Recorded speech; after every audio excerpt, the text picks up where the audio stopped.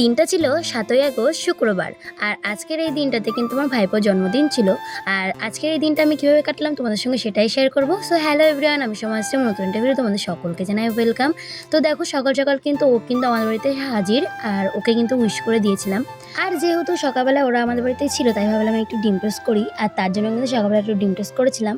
আর সকালবেলায় আমার জেঠিমা করেছিল সিঙ্গারা, সেটাই কিন্তু খেলাম, জেঠিমা দিয়েছিল তাই। আর এইদিকে দেখো আমার বেড়ালটা কিন্তু গাড়ি চড়তে খুব পছন্দ করে, তাই সবসময় গাড়িতে উঠেই বসে থাকে।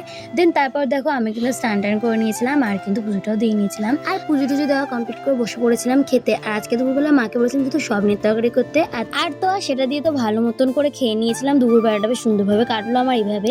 আর তারপর কিন্তু আমি একটু অনেকক্ষণ ঘুমিয়ে নিয়েছিলাম। আর তারপর দেখো আমি সন্ধ্যাবেলায় বেরোচ্ছিলাম কেক আনতে, আর তখনই দেখি ঝমঝমিয়ে খুবই বৃষ্টি হচ্ছিল। কিন্তু এমন পরিস্থিতি যেতেই হবে, তখন বেজে 7টা, তো আমাদের তো বেরোতেই হবে, তাই ভিজে ভিজে গেছিলাম কেক আনতে। কিন্তু রাস্তায় কোনো রকম কোনো ভিডিও আমি করতে পারিনি, তাই বাড়ি এসে তোমাদের সঙ্গে হালকা করে একটু শেয়ার করে দিচ্ছিলাম। আর এদিকে দেখো আমি অল্প একটু ডেকোরেশন করেছিলাম, আর সেটাই তোমাদের সঙ্গে শেয়ার করে দিলাম। আর এইদিকে তোমার ভাইপো বসে গিয়েছিল আশীর্বাদ করার জন্য, আর এখানে দেখো এক এক কিন্তু সবাই আশীর্বাদ করে দিচ্ছিল।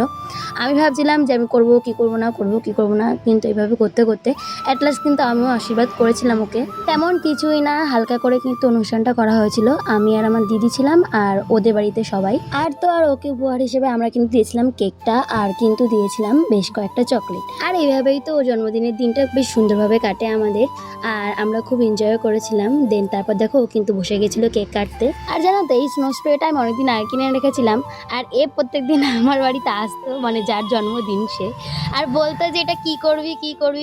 ওকে তো আমি আর বলতে পারি না এটা আমি কি করব, তাই ওটা ওর জন্মদিনে আমি ইউজ করলাম।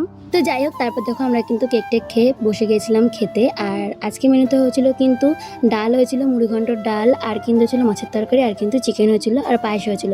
কিন্তু আমি যেহেতু মাছ খাই না, তো আমার জন্য কিন্তু আলাদা করে ডাল রান্না করেছিল, আর কিন্তু চিকেন, আর তা দিয়ে কিন্তু ভালো মতন করে খেয়ে দিয়ে নিয়েছিলাম। তো আজকের মতন আমার ভিডিওটা এই পর্যন্তই, আর এই ছিল ওর বার্থডে ব্লগ। তো আমি আজকের মতন আসি, টাটা বাই। ভালো লাগে কিন্তু অবশ্যই লাইক কমেন্ট শেয়ার সাবস্ক্রাইব করো।